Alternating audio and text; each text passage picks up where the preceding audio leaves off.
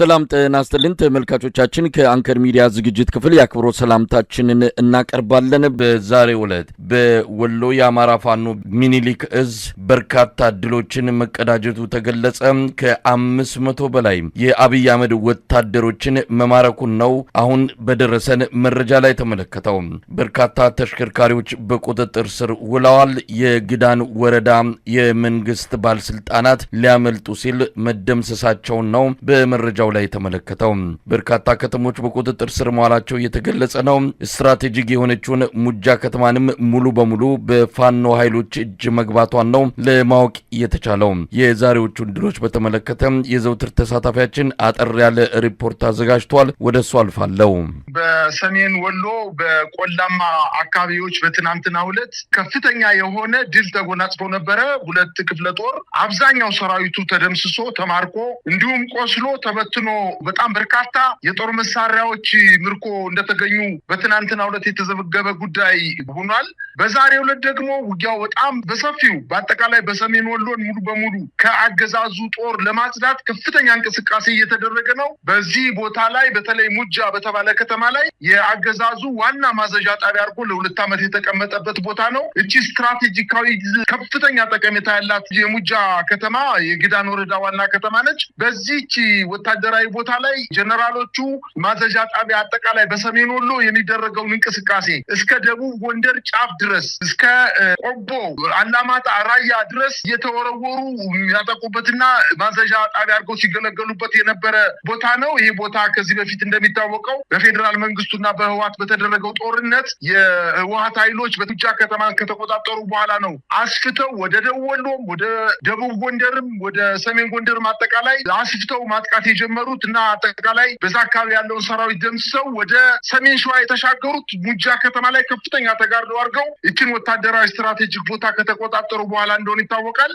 ዛሬ ደግሞ የአማራ ፋኖ ብሔራዊ ኃይል ምስራቅ አማራ ሚኒሊክ እዝ ባደረገው ተጋድሎ ግማሽ ቀን ብቻ ዛሬ ጠዋት ነው ውጊያው የተጀመረው። እስከ 7 ሰዓት ድረስ አሁን አንተና እኔ እስከተነጋገርንበት ሰዓት ያለው የውጊያ እንቅስቃሴ ገና ያልተቋጨና በጣም አስፍቶ በሰፊው እንቅስቃሴ እየተደረገ ቢሆንም በተደረገው ውጊያ 500 የመከላከያ ሰራዊት አባላት መማረክ ችለዋል። የሙጃ ከተማን በተለይ ዋና ማዝዣ ጣቢያውን ከተቆጣጠሩ በኋላ በዛ የነበረው 3 ኦራል ወታደራዊ ኦራሎች ጨምሮ 12 ተሽከርካሪዎችን በእጃቸው አስገብተዋል። ከአንድ ግንባር ብቻ በተለያየ አቅጣጫ ነው ውጊያ የከፈቱት። በአንደኛው የውጊያ አቅጣጫ ብቻ 6 ድሽቃ መማረክ መቻላቸውንና የግዳን ወረዳ አመራር ከውጊያ ቀጠና ሸሽተው በራሳቸው እንቅስቃሴ ሲያረጉ በቆረጣ ተይዘው ሙሉ በሙሉ መደምሰሳቸውን ነው መረጃው የደረሰን። እንግዲህ ብዙ ቦታ ላይ ነው ውጊያው እየተደረገ ያለው። ይህ ውጊያ ወደ ድቡኮ፣ ዳቦ፣ እስታይሽ፣ አሁን ተገኝ፣ መቄትና ገረገራ ይስፋፋል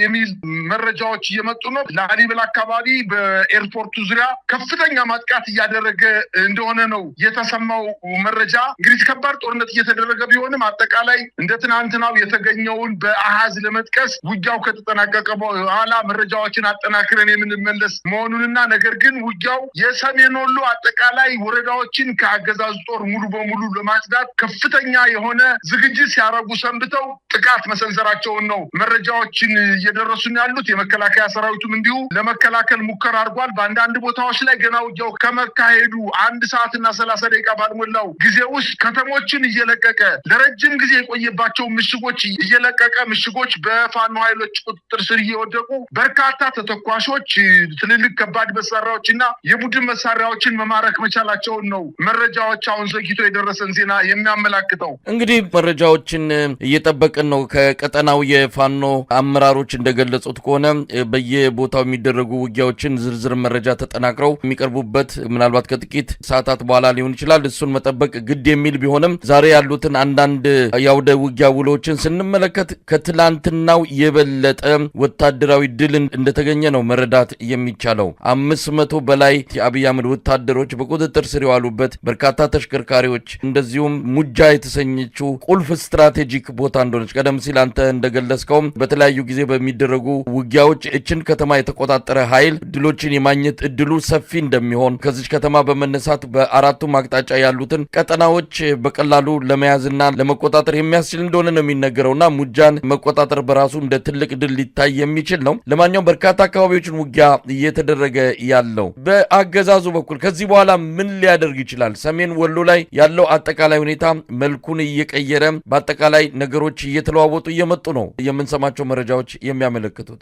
መሳይ ትናንትና በሰሜን ወሎ በተደረገው ውጊያ ከ300 በላይ ሁነን ወደ ውጊያ ገብተን 2 ሰዎች ብቻ ነው በህይወት የተገኘ ነው።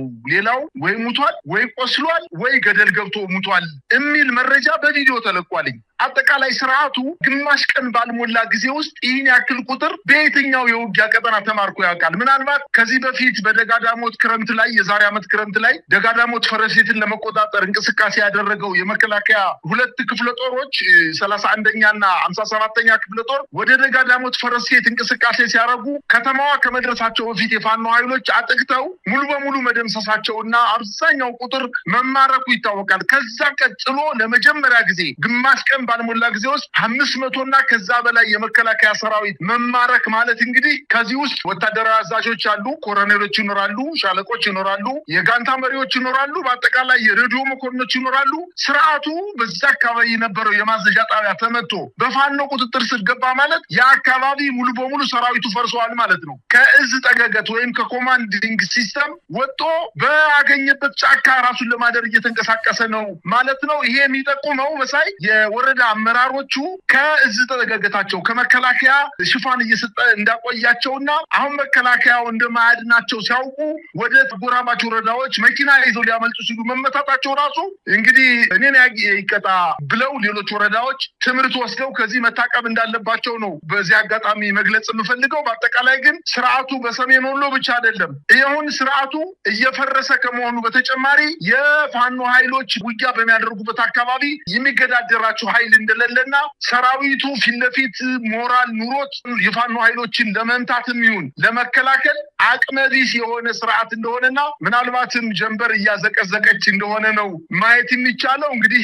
በየትኛውም የውጊያ ቀጠና ከ500 በላይ የመከላከያ ሰራዊት እጅ የሰጠ ኃይል ከእንግዲህ በኋላ በየትኛው ሞራሉ ነው ቁሞ እኔ መንግስት ነኝ ይህን አካባቢ ከፋኖ ኃይሎች አጸዳለሁ እበታለሁ እያለ የሚዘፍን ጀነራል ከእንግዲህ በኋላ ይኖራል የሚል እምነት አይኖረኝም። መሳይ እንግዲህ እንዲህ አይነት ወታደራዊ ድል በጣም ወሳኝ እንደሆነ ይታወቃል። ሁልጊዜ እንደሚባለው ቀድሞ መንግስት ከትግራይ ወጣበት የሽሬ እንደስላሴው ህዋት ያደረሰው ጥቃትና ኪሳራ እንደዚሁም በሻቢያ ኃይሎች በአፋበት የተፈጸመው እንደዚህ ወታደራዊ ጥቃት የቀድሞ ሰራዊቱን አካባቢዎቹን ለቆ እንዲወጣና አጠቃላይም የጦርነቱ ቅርጽ እንዲቀየር ያደረገ እንደነበረ ይታወሳል። ያን አይነት ወታደራዊ ድል ፋኖች ማስመዝገብ ቢችሉ አገዛዙ ሙሉ በሙሉ ከክልሉ የመውጣት ግዴታ ይመጣበት ነበር የሚሉ መረጃዎችም አስተያየቶችም ሲሰጡ ነበረ። ይሄ አሁን የምናየው እነዚህ አይነት ወታደራዊ ድሎች የተደገሙበት እንደሆነ ነው። እንግዲህ ምን ማለት እንደሚቻል ከአገዛዙ በኩል የሰማነው ነገር የለም። ምን እያሉም እንዳለም በጉዳዩ ላይ የሚያስተባብሉት ሐሰት ነው ብለው የሚገልጹት አይደለም። በቪዲዮ ጭምር ተጠናቅሮ እየወጣ ያለ መረጃ ስለሆነ ከጊዜ በኋላ ምን ልናይ እንችላለን? የአብይ አህመድ ሰራዊት ተጨማሪ ኃይሉን ወደ ሰሜን ወሎ አምጥቶ ዳግም እልቂት በሰራዊቱ ላይ እንዲከሰት ያደርጋል ወይስ በሰሜን ወሎ የተደረገው በሌላ አካባቢ እንዳይደገምበት ሰራዊቱን ለማውጣት ይገደዳል ማለት ነው? ስርዓቱ እኮ ልብም ጀሮም አይን የሌለው ስርዓት ነው። የሞተ ያለው የድሃ ልጅ ነው። የድሃ ልጅን ደግሞ ወደ ግንባር እየወሰደ እያስፈጀ መሆኑን በትናንትናው ዕለት በሚዲያ ቀርበው በቪዲዮ ቀርበው የተናገሩት ኃይሎች ይኸው ከእናንተ እጅ በሰላም ተርፈን መግባታችን ለእናቶቻችን በሚዲያ ቀርበን እናቶቻችን በህይወት እንዳይሆን በማድረጋቸው እውነት ለፋኖ ከፍተኛ ክብርና ምስጋና አለን ብለው የተናገሩ ምናልባትም የ16 የ17 እና የ18 ዓመት እድሜ ያላቸው ወጣቶች መሳሪያ ተሸክመው ወደ ውጊያ ቀጠና አይደለም ወታደራዊ ስልጠና በአግባቡ ያልወሰዱ ወታደሮች እንደሆኑ እኮ በሚዲያ ላይ